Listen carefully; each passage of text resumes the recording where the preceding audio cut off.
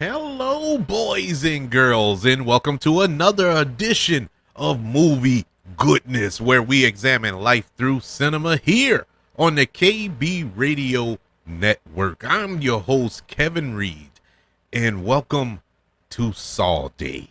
Yes, this is the Saw or Jigsaw edition of Movie Goodness today. And why are we leaning so heavily into the Saw franchise today? Well, I'm glad you asked.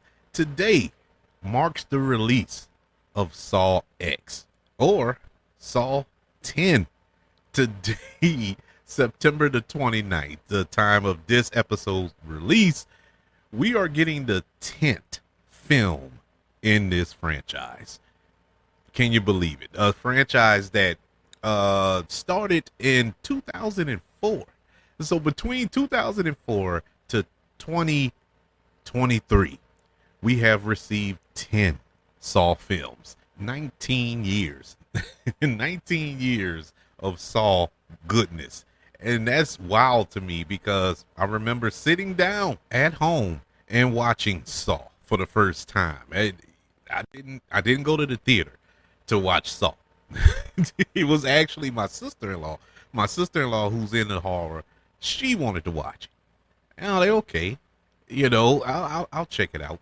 And I like horror films. I just did not want to go to the theater to see it for some strange reason. I don't remember the reason why. But anyways, we sat down and watched this movie. And we're going to review all 9. Can't review the 10th one yet because I haven't went and seen it yet. But I plan to go see it this weekend. But we're going to review all 9. But I could give you a little peek into it. The first one blew my mind. I was like, man, what is this? This isn't your typical horror film. And it was more psychological than anything. And I was into it. And then that twist at the end, this is still is one of the best swerves or twists at the end of a movie of all time. It has to be top 5, if not top 3, if not the best, because nobody saw that coming. Nobody. If anybody sits down and tell you, "Oh, I knew that was going to happen the whole time," no, you did not.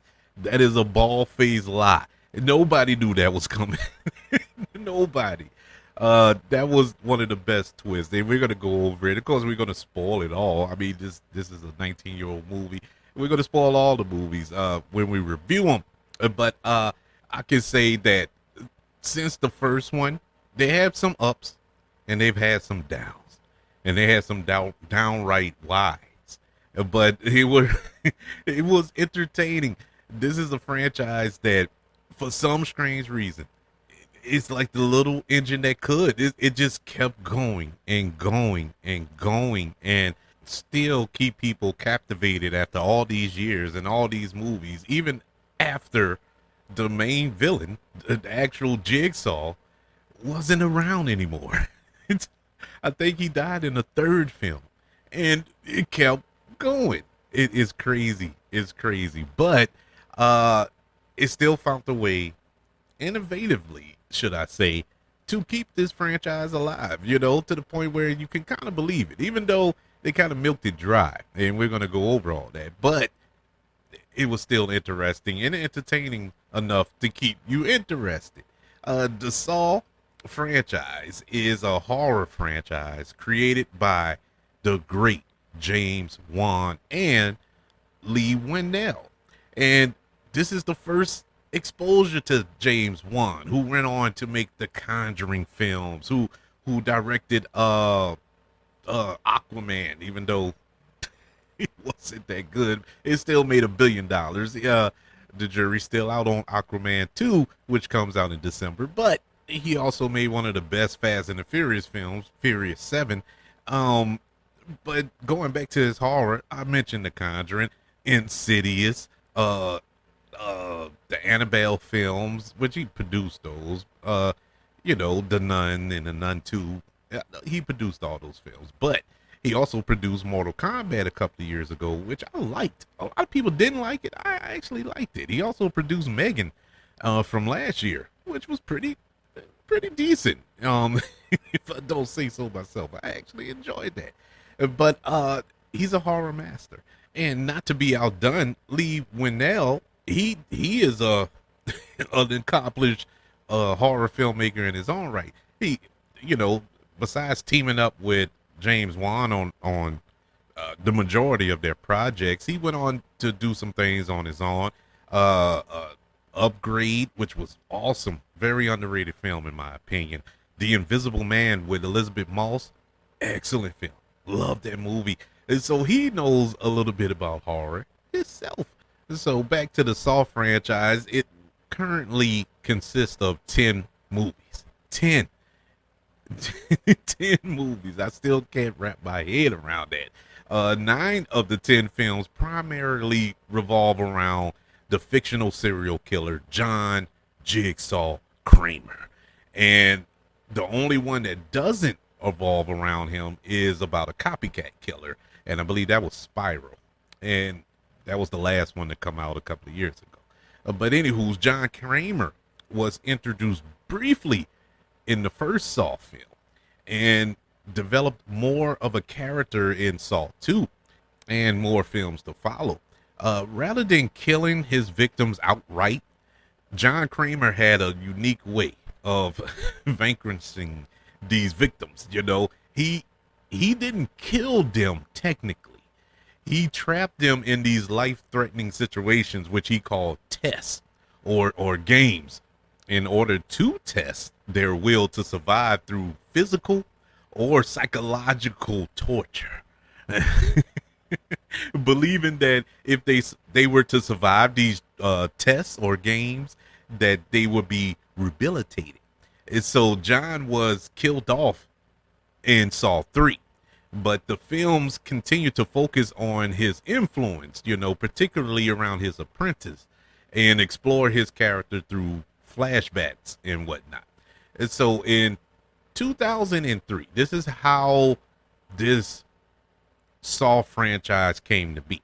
In 2003, James Wan and Lee Winnell made a short film to help pitch a potential feature film concept after having the original script written several years earlier. After numerous unsuccessful attempts to receive funding in their home country of Australia, the two filmmakers traveled to the United States after several producers expressed interest in the project. It was ultimately successful, and in 2004, the first installment debuted at the Sundance Film Festival and was released theatrically that October by Lionsgate.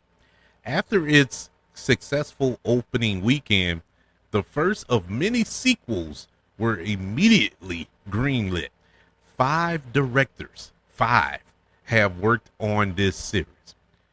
James Wan, of course, Darren Lynn Bousman, who I believe directed the most of the Saw films. I think he directed 4, if I'm not mistaken.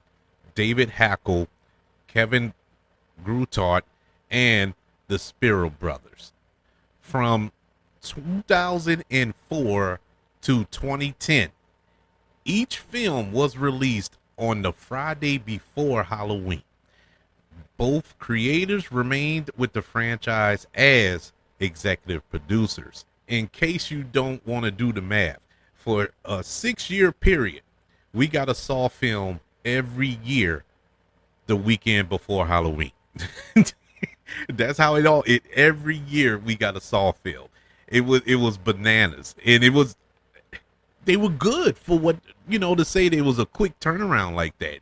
But in 2010, franchise producer Mark Berg said that the 7th film, which was entitled Saw 3D, would be the last installment.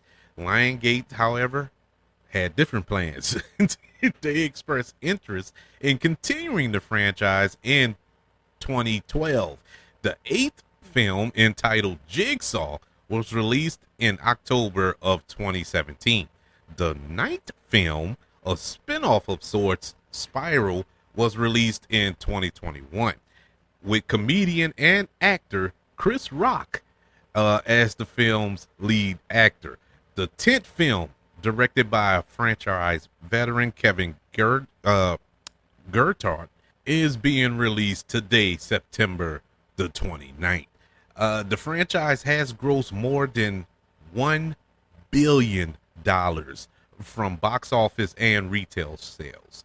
The film franchise has been a box office success while receiving mostly mixed to negative reviews from critics. It remains one of the highest grossing horror franchises of all time. While some critics have called the films torture porn, the franchise creators disagree with the characterization for the first film. So I think this is a good time to dive in to our first review, and it is none other than the first film in this franchise, the 2004 Saw. And I wanted to mention this earlier. This is I think this is a good way to kick off the Halloween season. We're a month away from Halloween, and it feels like, lately that Halloween is more of a month celebration than it is just one day of the year. It just feels like a whole month of spookiness, and I think this is a good way to kind of ease into the season with this historic Halloween franchise, because this normally would come out the week before Halloween. It does historically, beginning with this one that came out on October the 29th, 2004. Saw was directed by James Wan, as I mentioned before, and this was his feature film directorial debut, and it was written by Lee Winnell, and the film stars Carrie Elwes, Danny Glover, Monica Potter, Lee Winnell himself, Michael Emerson, and Tobin Bell. The film tells a non-linear narrative revolving around the mystery of the Jigsaw killer, who tests his victims' will to live by putting them in deadly games where they must inflict great physical pain upon themselves to survive. The frame story follows Jigsaw's latest victims, Winnell and Carrie Elwes, who awaken in a large, dilapidated bathroom, with one being ordered to kill the other in order to save his own family. Not too often do you catch a film that messes with your mind the way Saw does. When you think of a horror film, you don't think of a psychological thriller that really have you on the edge of your seat, the whole time. Now, you had the jump scares and boogeyman under the bed, what's in that, what's lurking in the shadows type deal. This wasn't that type of horror film. This was a psychological horror film that I just did not see coming. When I sat down to watch this movie, I sat there thinking that it was more of a detective story, because that's what I was following. Because you have Danny Glover as this cop. He's obsessed with tracking down this serial killer, the Jigsaw killer. And, I'm like, okay, this more of a murder mystery type deal. That's how it came off as. And the way the story was told, you don't know what's happening present or the past. It looks like everything is happening simultaneously, and it wasn't. It wasn't. When you get to the end, you're like, wait, so that happened earlier? So this didn't, like days prior. So it's like, wait, so they're trapped. They're really trapped in here. And you have Carrie Airways, who's handcuffed by the foot, and to this pipe. You have Lee Winnell's character, who is he's also handcuffed to the foot, but he's in the bathtub, and they're trying to, all the while there's this dead body, this man laying down, blood all over the floor with a gun in his hand, he done blew his brains out, you know. And you're like, what? Why is that man? Why did he blow his brains out? We never get to that, but you never really question that while you watch the movie. You know, you just see this man with his head blown off, laying on the floor. It's in the middle of the floor, and the mind games that are being played throughout, and you think you know the way this story is framed, you think you know who the killer is, you know. And it's not. It is like the biggest swerve ever, with Carrie Airways' family in danger. You know, his wife and his child, they're about to get about to be murdered, and he's trying to get out of there. And the only thing that's there is the saw, this hand saw. And you're like, okay, cut the pipe, you know, cut the chain, or try to cut through that. He couldn't cut through that, and it became nut cutting time, and he had to do what he had to do, and he cut his foot off to get out of there, and that was the sacrifice he had to make in order to save his family. And he's sawing through his foot. It is like the dude was determined. And you're really sitting there, questioning, like, would I do that if you know I'm in that situation? I was about to say the shoe was on the other foot, but that's not appropriate for this particular case. But if you was put in that situation, and you know your family's in danger, would you saw your foot off to get to him? You know, and it was like, oh my God. Yeah, I would. It is, oh man, and he's just determined. He gets halfway through, and you can tell he's like, all right, I'm there now. He just went to going at it, and then we get the moment. He crawls out of there. He tells old boy, he like, look, I'm gonna get help. And he crawls out of there, and all of a sudden,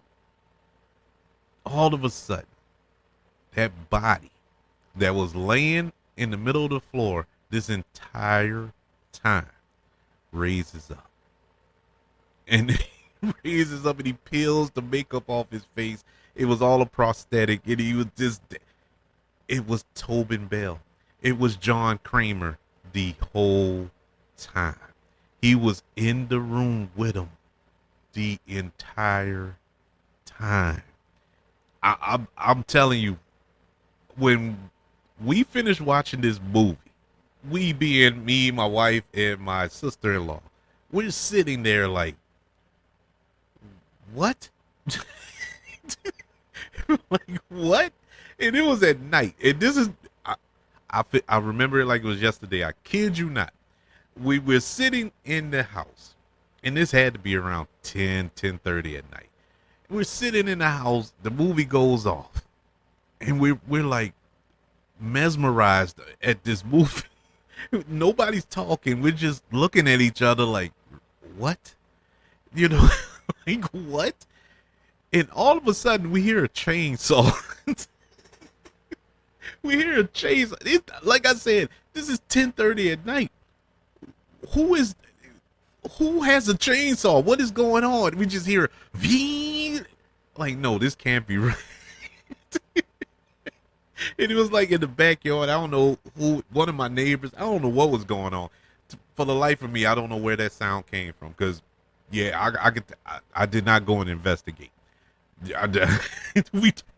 We all went to bed. We were like, that's it. We're good. We're good. But man, you're going to talk about an impact. This was one of the greatest swerves in the history of film. Yeah, you can put this up here with Kaiser Soche and The Usual Suspects. You can put it up there with the Tyler Durden reveal in Fight Club. You know, great twist. Didn't see coming. You can put it up there with The Sixth Sense, the Bruce Willis swerve. It's up there. You did not see this coming, and it was believable. It wasn't like this was thrown in there just to make you go, no, this was so amazing. It was so much gratification, you know. It was like, oh man, it made you It made you feel good. And not too many movies will make you feel like, okay, thank you for watching my movie. And that's the feeling I got from James Wan and Lee Winnell. They're like, this is your reward for sitting here and watching this movie. Congratulations. Here's the icing on top of the sundae. And it was like, so much joy. I still get joy whenever I watch this film. Amazing, amazing job. Now, this movie wasn't flawless. It wasn't perfect. There were some things in here that I didn't too much care for. I didn't like, rarely.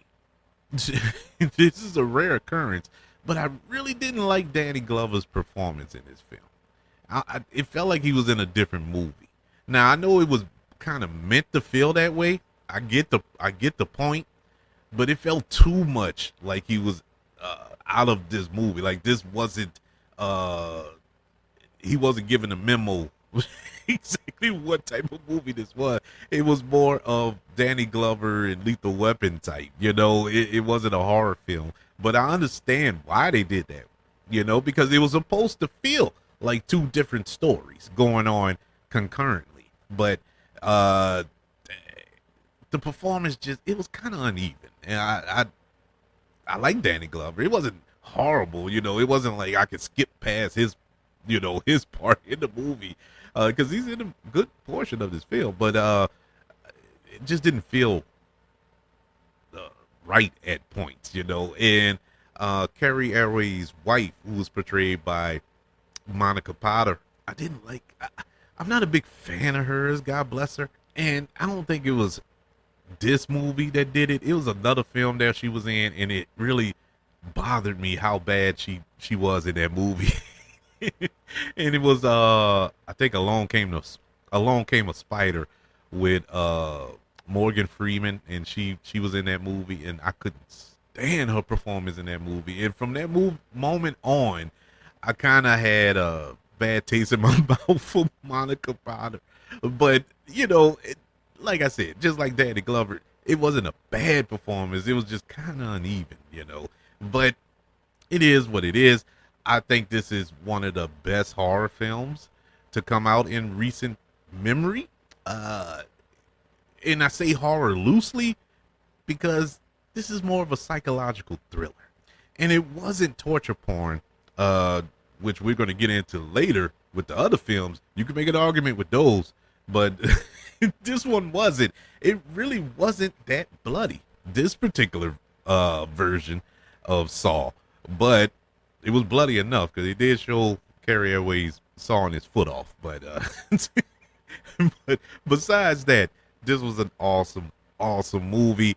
Saw from 2004 gets a letter grade of a B plus. Awesome, awesome movie.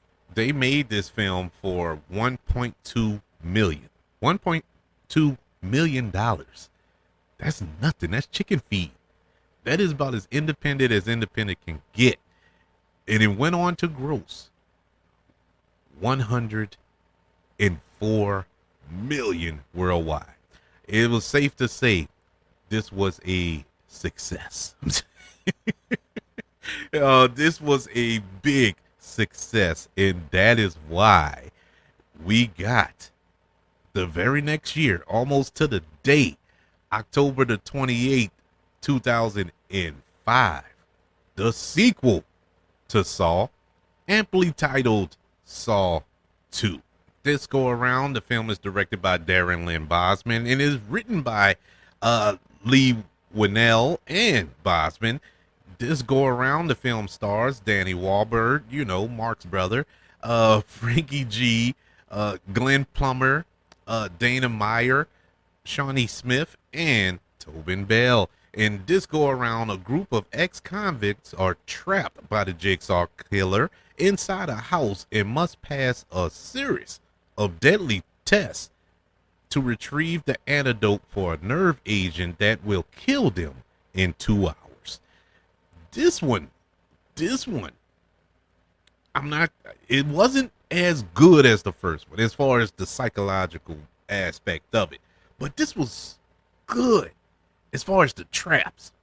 And as you notice, or gonna notice when we, continue to go through these films, the traps get more elaborate and fantastical as we go along. But you gotta up the ante when you do sequels. I get all that, but these traps went crazy ham, bruh.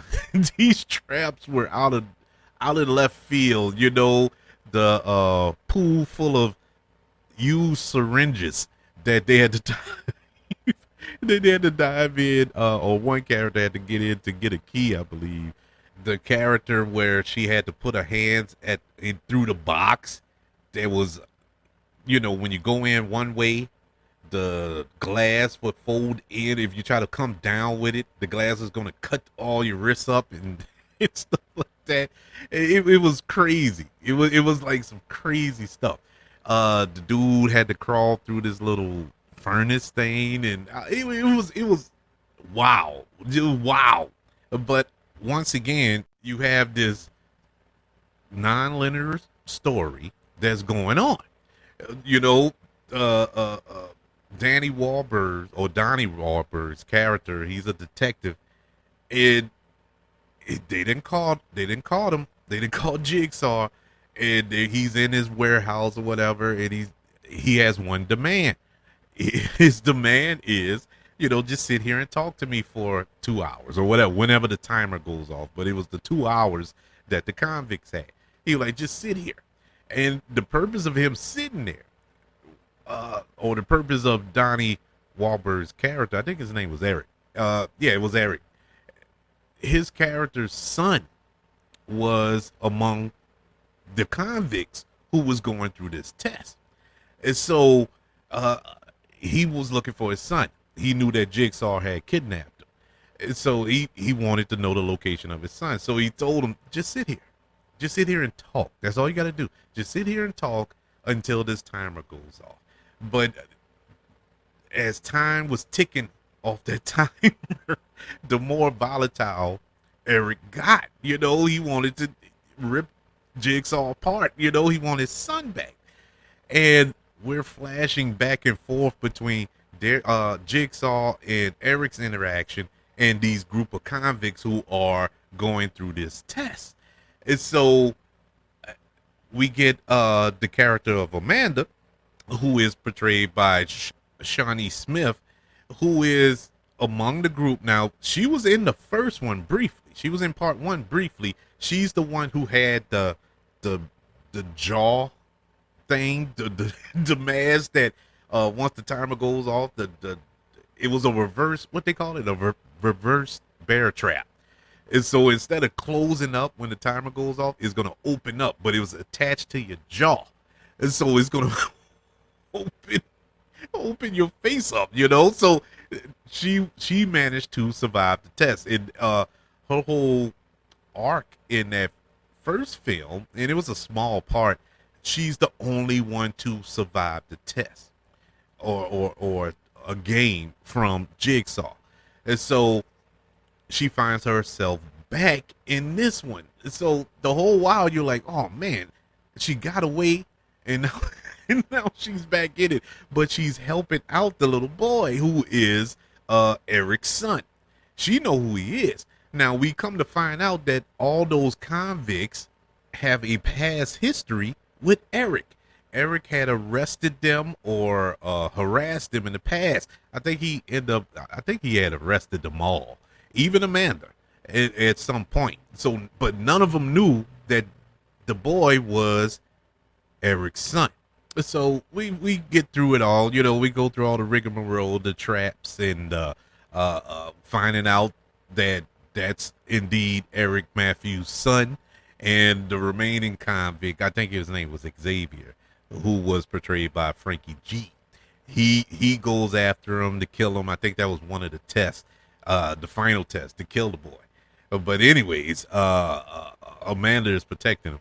And so they end up killing Xavier.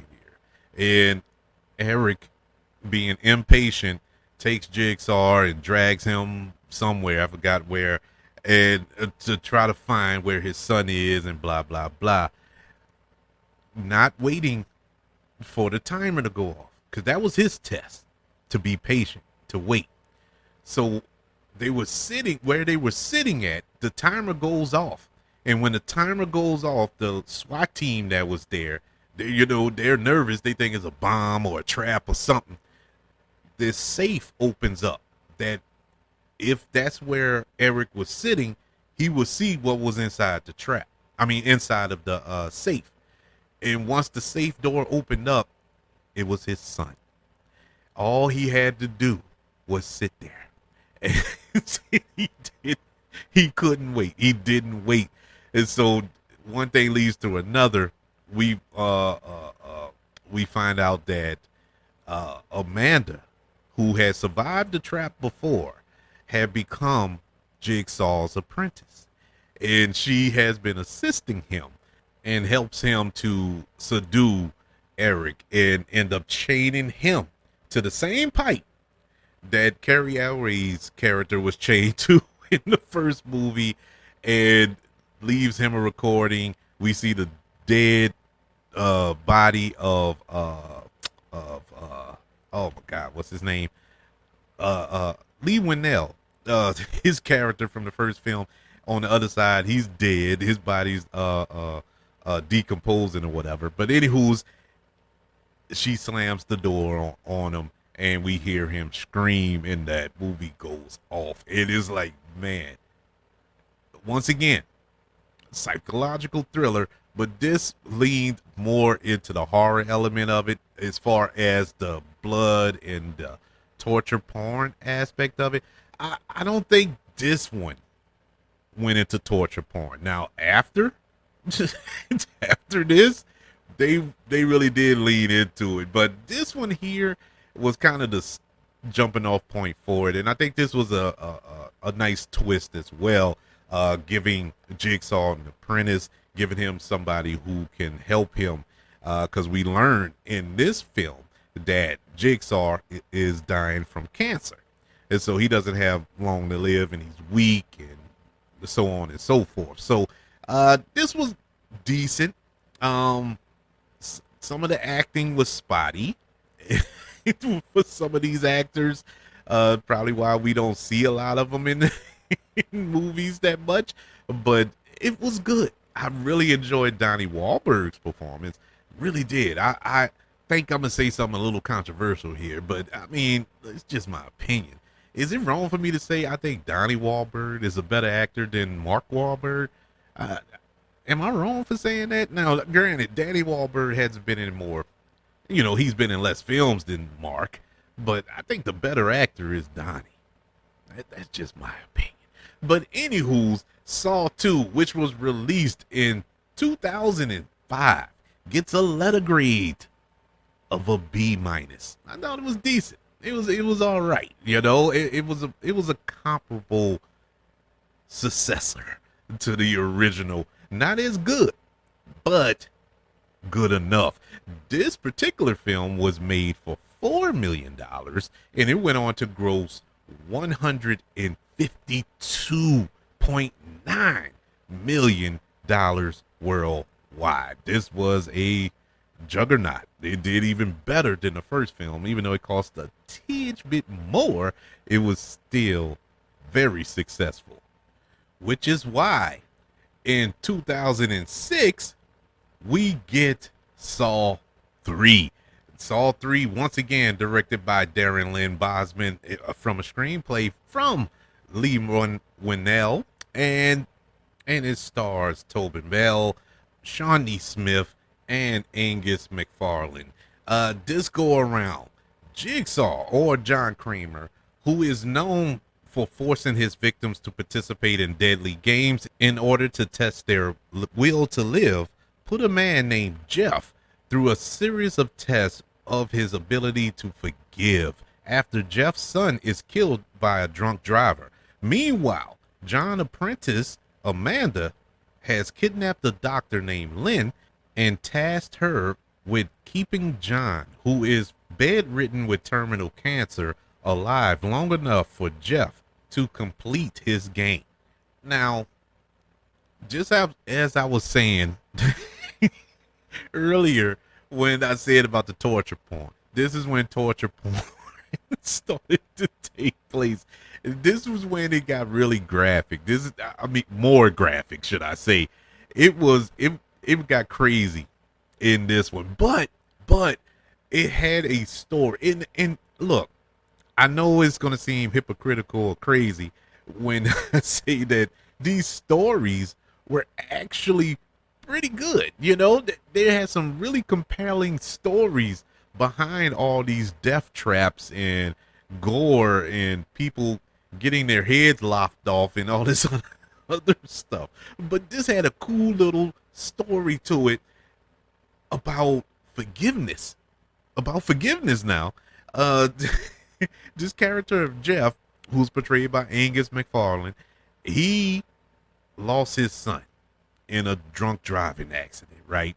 And he's having a hard time letting it go. Understandable. You can relate to this character. You can get on board with this character. You know, you can if you're a parent, you get it. You get it. And so you have that. You have the element of John or Jigsaw being bedridden, dying from cancer. His brain is swelling. Amanda brings in this doctor, this woman, to treat him, keep him alive, no matter what, and to put this monitor on John, or heart monitor, should I say, that if his heart stops, is going to trigger the device that is wrapped around her neck. You know, these like gunshot, these what you call it, shotgun shells that's around this collar thing around her neck, and if his heart stops, it's gonna blow her head off. And so that is incentive to keep this man alive.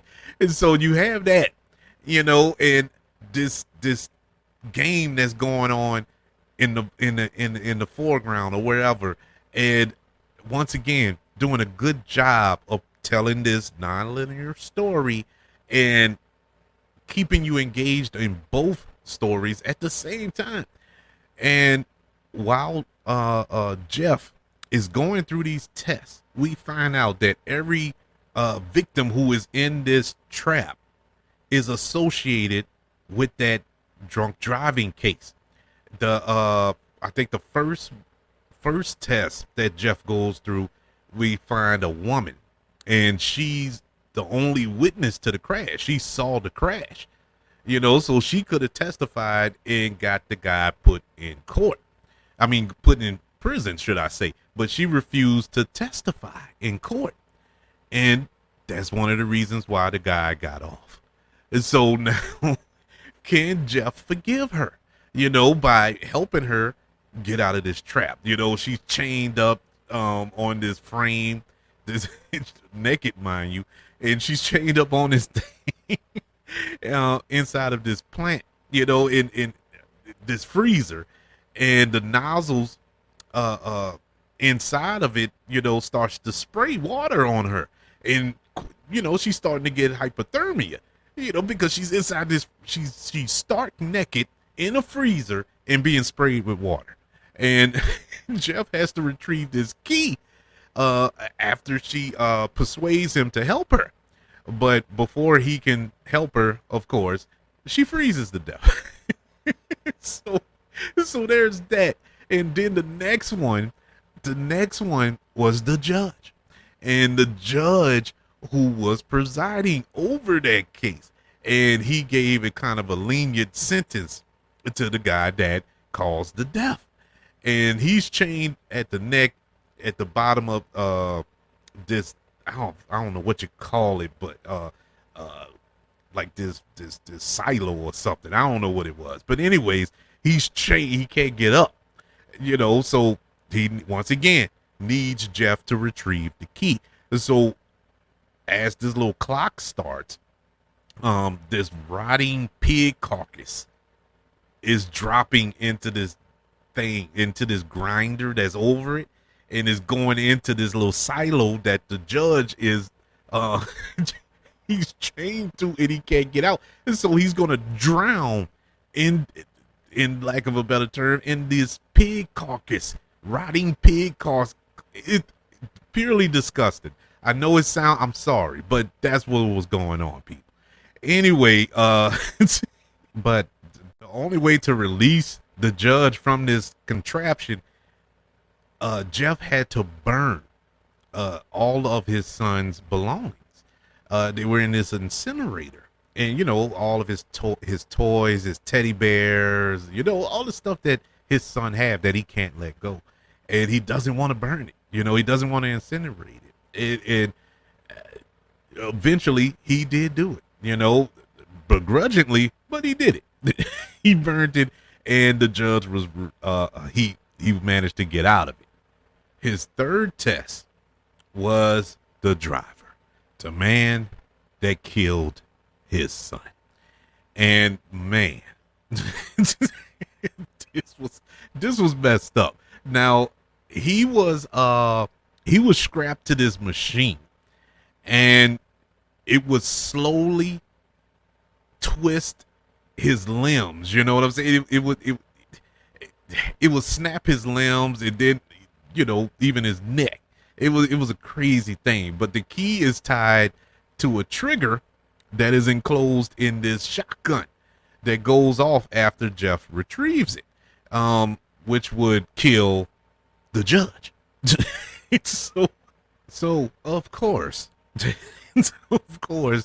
Jeff fails to save the driver, and the machine breaks his neck. I mean, twisted his neck until it really snapped his head off. It was like it twisted all the way. Anywho's, and it ended up he still killed the judge anyway. So it was just bad all the way around. And so anywho's, we get to they had a little surgery on John.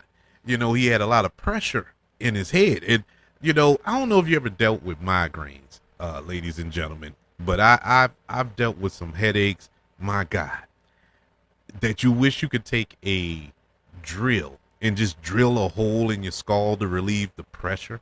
And so this scene, I kind of felt it. In order to relieve the pressure, the doctor had to remove a piece of his skull, like a little square piece of his skull, because his brain was pressing up against his skull. And so to relieve the pressure, she had to cut it, but he had to be alive and alert in order to do it. It was crazy. It was a crazy little scene, but it was successful, and she did it. So that leads us to the big twist of this film, that Jeff, he walks in, he has a gun. He found a gun, and he walks into this room, and it come to find out this is the room where John is, where the doctor is, and Amanda is. And the doctor is Jeff's wife. The whole time, this was part of the game. And so that leads Jeff to be mad, get mad, kills John, unbeknownst to him, about the heart monitor thing, and his wife's head gets blown off of her body. And so that was how that went off. Crazy film. But once again, it's Saw. It's Saw. It was pretty graphic. This is where it got the most graphic, and it only increased going forward. But this was really bad as far as the blood and the gore is. It was still a decent film. Saw 3 gets a letter grade of a C plus. I thought it was good. Once again, not as good as the first. You could tell by the grades that they're starting to dwindle a little bit, but they're still entertaining. Saw 3 was made for $10 million, and it grossed $165 million worldwide.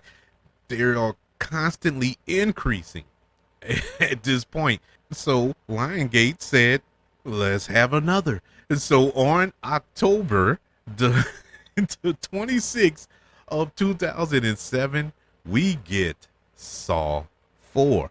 So you may ask yourself, Kevin, Jigsaw died in the last film. Why are we getting another Saw? Well, it's explained away in this movie. Once again, directed by Darren Lynn Bosman. Uh, this is the first Saw film that doesn't have the involvement of James Wan or Lee Winnell. This one stars Tobin Bell, Scott Patterson, Costas Mandylor, and Betsy Russell. And this film picks up where the previous film left off with the death of John Kramer. However, it is revealed that John had planned for his death and left behind a series of recordings and clues that would lead investigators to his final game. As detectives try to unravel the mystery of John's final game, they are drawn into a web of deceit and deception that reveals more of the motives behind his lethal games. This is honestly where I started kind of, falling off with the Saw franchise. As much as I was enjoying them for what they were, just stupid horror movies, like unlike the first two or three that I really enjoyed. I really enjoyed those first three films because I thought they were more than just horror films. I thought they were very psychological, real good stories, told well, directed well, acted fairly well, didn't rely on gore and blood to tell a story. Now we're starting to get it. It was a precursor the last movie. It was kind of starting to roll in that direction. So you gotta feel like, okay, I think they're starting to lean heavy on the gore. And now we really go torture porn here. We really go gore and blood and more elaborate traps to try to outdo the last film, and just ridiculous in a lot of ways. Because if you think about Jigsaw in his condition and who his apprentice is, you're like, well, they can't get the people in these type of traps. There's no way. And it just got sillier in a sense, and it didn't have the same appeal. And then they tried to do too much. I'm gonna try to go through these a little quicker because I spent way too much time on the first three reviews and we got 6 more movies to go through. So I'm just gonna say this. I did not like this one as much. This one really got silly. It really got kind of just out of the box. They introduced a new apprentice that came out of nowhere. This wasn't set up no way. You didn't understand where this comes from. It just happened with the detective Hoffman, who all of a sudden, oh, I'm Jigsaw apprentice too. And you're like, what? And it just got silly. And honestly, it was entertaining, but it wasn't as good as the previous 3 films. Saw 4 gets a letter grade of a C minus. It was just whatever, it kept my interest, but it didn't get me excited for the next one, like the other ones did. This film was produced for $10 million and it grossed $140 million worldwide. It took a little dip, but it was still successful enough to warrant a sequel, and we definitely got it on October the 24th, 2008. We got the release of Saw 5, and this go around, this one was directed by David Hockley, and it needed a fresh set of eyes here. I think Darren Lynn Bosman, he did what he could do, and it was time to move on. He did 3 straight films, and it was time. If we were going to keep going with this franchise, we needed fresh eyes, and he stepped in to direct this film that starred Tobin Bell, Costas Mandylor, Scott Patterson, should I say, Betsy Russell, Julia Betts, and Megan Good. This go around, the plot follows FBI agent Graham investigates the murders committed by the Jigsaw killer, But as he diverts deeper into the case, he realized that the murderers are part of a larger, more elaborate plot. Meanwhile, Jigsaw's apprentice, Detective Mark Hoffman, has been promoted to lieutenant and is tasked with leading the investigation into the Jigsaw murders. However, as Scram gets closer to the truth, he becomes the target of Jigsaw's traps. This was an interesting take. Uh, 4 kind of lost me. This kind of got me back, even though it still isn't as, good of a quality of film as the first 2. But they kind of course corrected here. We got a little bit of a backstory as to why Hoffman is the apprentice of Jigsaw here. The, Scott Patterson's performance here is so over the top. It is completely ridiculous. I honestly, it was like, man, you are really going for the fences with this performance. The little sub plot or game that is taking place, that is the best part of the movie, with these characters going through these tests and really needed to work together, but they didn't work together. Had they worked together, they all could have survived instead of sacrificing one person every trap.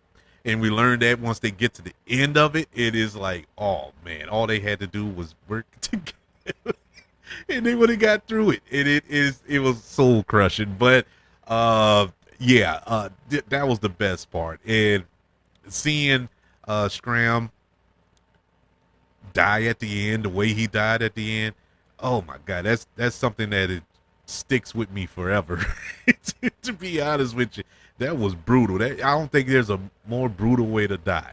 But I don't want to find out either. But it was what it was. Saw 5 gets a letter grade of a C minus. I thought it was decent. It was better than 4, but it wasn't by much.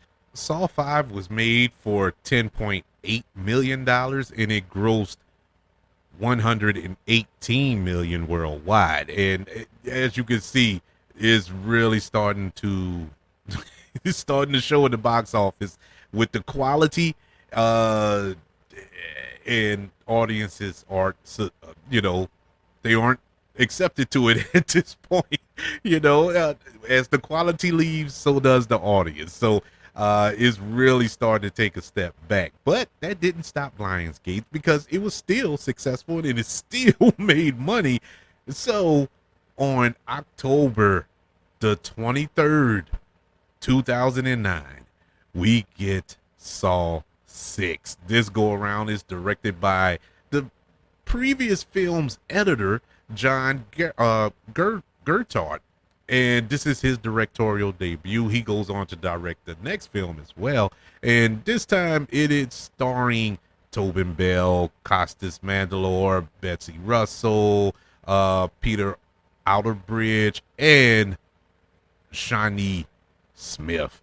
And part 6 focuses on Detective Hoffman, who is the Jigsaw's apprentice.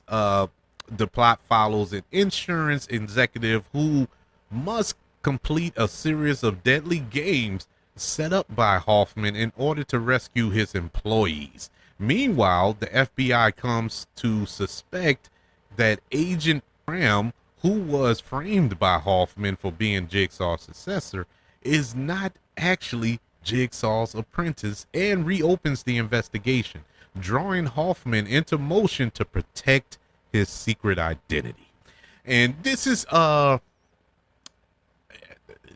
where the series started to lose a lot of steam. The last part 5 on, because we're not focusing on Jigsaw. Granted, Jigsaw's dead.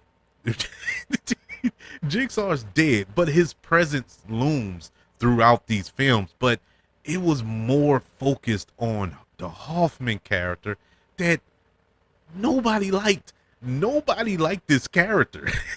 It was like, man, when is he gonna get his? That's basically, you hate watch this movie because you was waiting to see him get his, and at the end of this film, you think you're gonna get it. It was right there when Jigsaw's wife, Jill, who's portrayed by Betsy Russell, gets Hoffman in the trap. She gets him in the reverse bear trap that will open his head, open his head up like a can opener, uh, and straps him to a chair. But it's to no avail. He escapes, and before the trap can come open, he jams it in between these bars, and he manages to slip out, but it tears part of his cheek off in the process. So the movie ends with him screaming with half of his face just ripped off. It was messed up. But the subplot with the insurance guy going through the things, it was kind of a carbon copy of the Jeff story in part 3. Yeah, part 3, and just switched up with another guy going through these things trying to save other people. It just we seen it before, so it was nothing new and added nothing to the story. So it was what it was. Definitely one of the weaker entries into this franchise. Saw 6 gets a letter grade of a C minus. Yeah, it was what it was. Like I said, it was entertaining. It was it was entertaining, but nothing to write home tell mama about. Saw 6 was produced for $11 million and it grossed $70 million worldwide. Clearly a big departure from what we are used to in this franchise, but it was still a moneymaker. Hence, on October 29th, 2010, we got Saw 3D. And just like the title says, this film was in 3D. This was during the 3D boom that all the movies came out in 3D. I don't care if it was a romantic comedy. It came out in 3D around this time, and it got to the point where it was disgusting. All these movies. But it was interesting to see this film. The concept of this film being in 3D with the traps and the violence involved with it. It really got me like, huh. I might want to check this out. This is once again directed by Kevin Gertard, and this go around it stars Tobin Bell, Costas Mandador, Betsy Russell, Scott Patrick Flanley, and returning from the first film, Carrie Airways with one foot. The plot of this particular Saw movie, it follows a man who, after falsely claiming to be a survivor of one of Jigsaw Killer's games in order to become a local celebrity, finds himself part of a real game where he must save his wife. Meanwhile, John Kramer's ex-wife, Jill, informs the internal affairs that rogue detective Mark Hoffman is the man responsible for the recent Jigsaw games. This movie was billed as the final Saw film. It was also entitled Saw: The Final Chapter. And it was about that time. Everybody was like, okay, it done ran its course. We're 7 movies in. It's time to move on. And I must say, this one was better. This was kind of a return to form. We still got the dragging of the Hoffman story here, which went on 2 movies too long, in my humble opinion, but whatever. It was good to see Carrie Everett's return in this role. It was a nice twist with Sean Patrick Flanery character playing this guy who uh, b- becomes this famous dude for lying and saying that he survived one of Jigsaw's traps, you know. And it was hilarious, really, because that's how he met his wife, and he's making all this money, and he ends up going through these traps.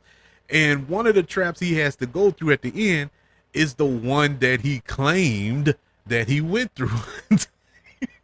And it was brutal. Kind of silly with the reveal that Carrie Everett's character is also an apprentice, being as though he survived the trap. I get it, but we played out with the Swerve apprentice stories, every movie, so it was kind of silly, but I get it. I accepted that more than I accepted the Hoffman reveal, so that was cool. And for his character to, in the end, chain Hoffman up in the same bathroom to the same pipe that he was chained to, that his test was poetic justice. And the film ends with Carrie Everett's character closing the door on Hoffman. Saw 3D, or Saw the Final Chapter, which is a lie, gets a letter grade of a C. I thought it was good. It was a good quote unquote end to the franchise. Saw 3D was made for $17 million and it grossed $136.2 million worldwide. It was a big jump.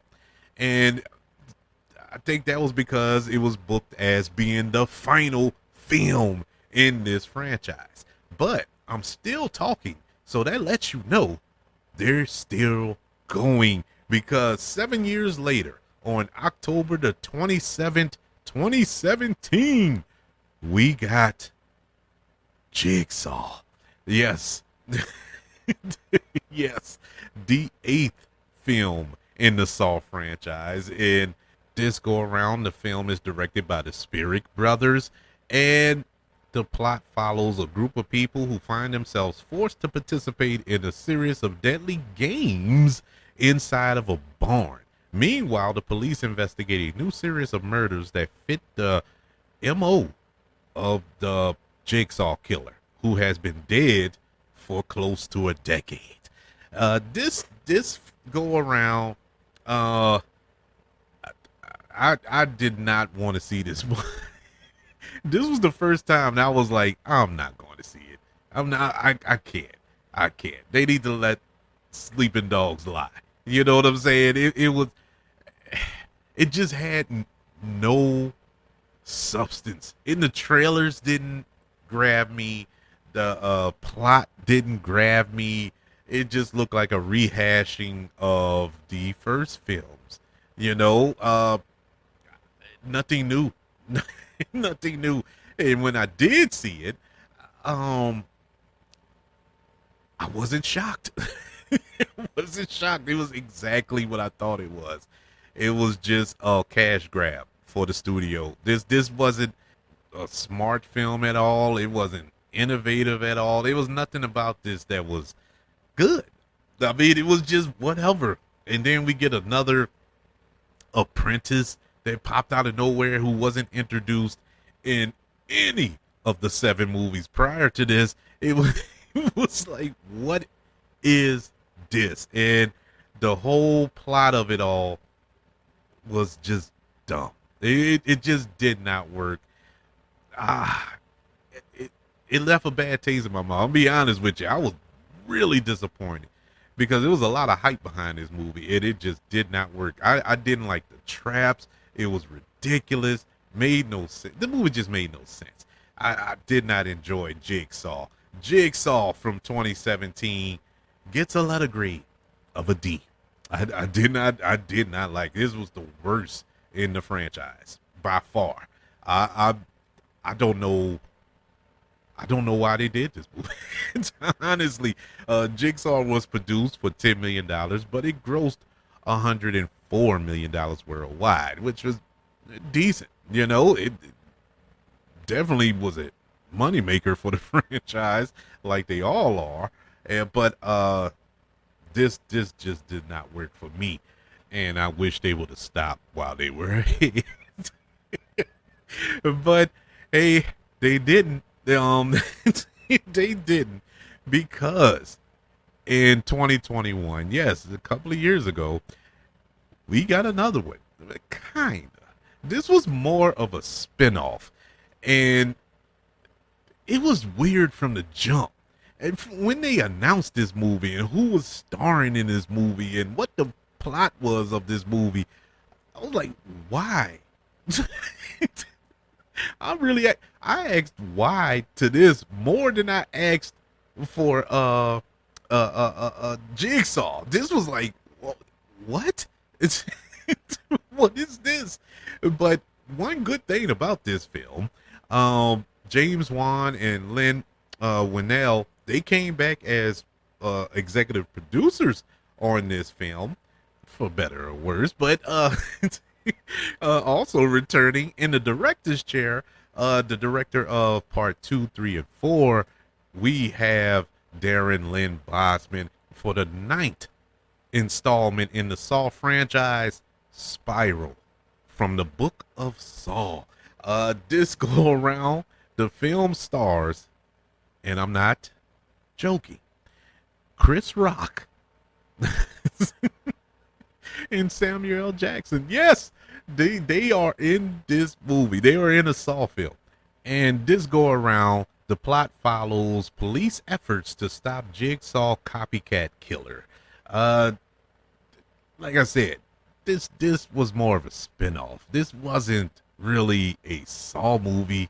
You know what I'm saying? It didn't have the Saw feel. Even though they had the original, well, not the original director, but a director of previous installments in this franchise. You have James Wan involved, and you even have Kevin Gertart involved here. You know, people who were a part of the franchise, but it just didn't have that same feel. This is during a time when Chris Rock was trying to be taken seriously as a director. I mean, director. He also direct films, but he didn't direct this. But seriously as an actor, you know, this and Fargo, he wasn't bad in this. He wasn't bad. But the problem I was having, all I could see is Chris Rock. That was the problem I had. I couldn't take him seriously because all I know him as the comedian Chris Rock. And you're in this serious horror film, this thriller, you know, I couldn't get with it. It was hard for me to separate Chris Rock from the character. And I don't blame him per se, but it was just hard for me to do it. And I think a lot of people had that problem. The movie wasn't bad, but it wasn't good either. It went a different path. You know, this had nothing to do with Jigsaw. This was clearly a copycat, and it was against crooked cops. And, you know, he was just killing cops. You know, this Jigsaw copycat was killing cops, and crooked cops to be exact. And it was like, what? You know, you don't care. And at that point, it was like, there's nothing to, if the villains, well, let me put it this way. If the enemy of my enemy, my friend or my enemy, you know, because, you know, you don't feel sorry for the villains, you know, you have no sympathy there because these are crooked cops. You know, it ain't like it's good cops that being murdered. And so it just didn't have that connection there. I saw where they were trying to go with it. I understand that, but this was the wrong franchise to try that. It didn't work. And then the twist at the end didn't work. Did not work at all. It was so convoluted and silly. It didn't work. This film was hampered by the fact it came out right after the pandemic. You know, nobody went to go see this movie. I think I saw it. I forgot how I saw it, but How did I see this movie? Or did I go to the theater? I think I did.